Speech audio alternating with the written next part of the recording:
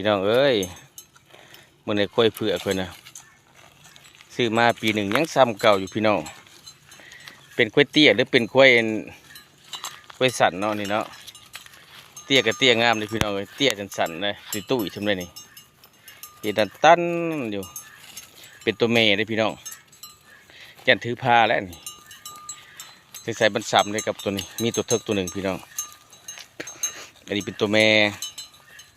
เตี้ยงามแท้ๆเป็นตะแพงอุ่นตันอยู่เลยนี่ตัวเห็นมอนี่ขุนโคมลายโคมอยู่นี่อันนี้เป็นตัวเทิกพี่น้อง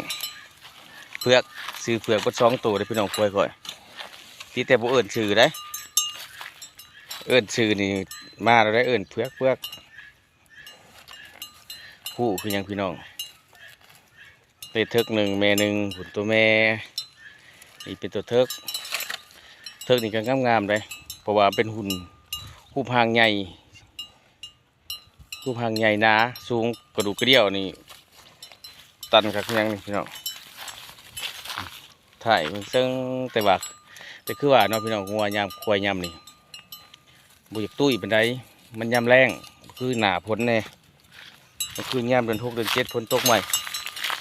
นะควายเลี้ยงควายดำแต่ควายเลี้ยงควายเผือกควายดอนผูกก็แม่พี่น้องงามอยู่ว่าเป็นตะเลียงไว้อยู่เนาะ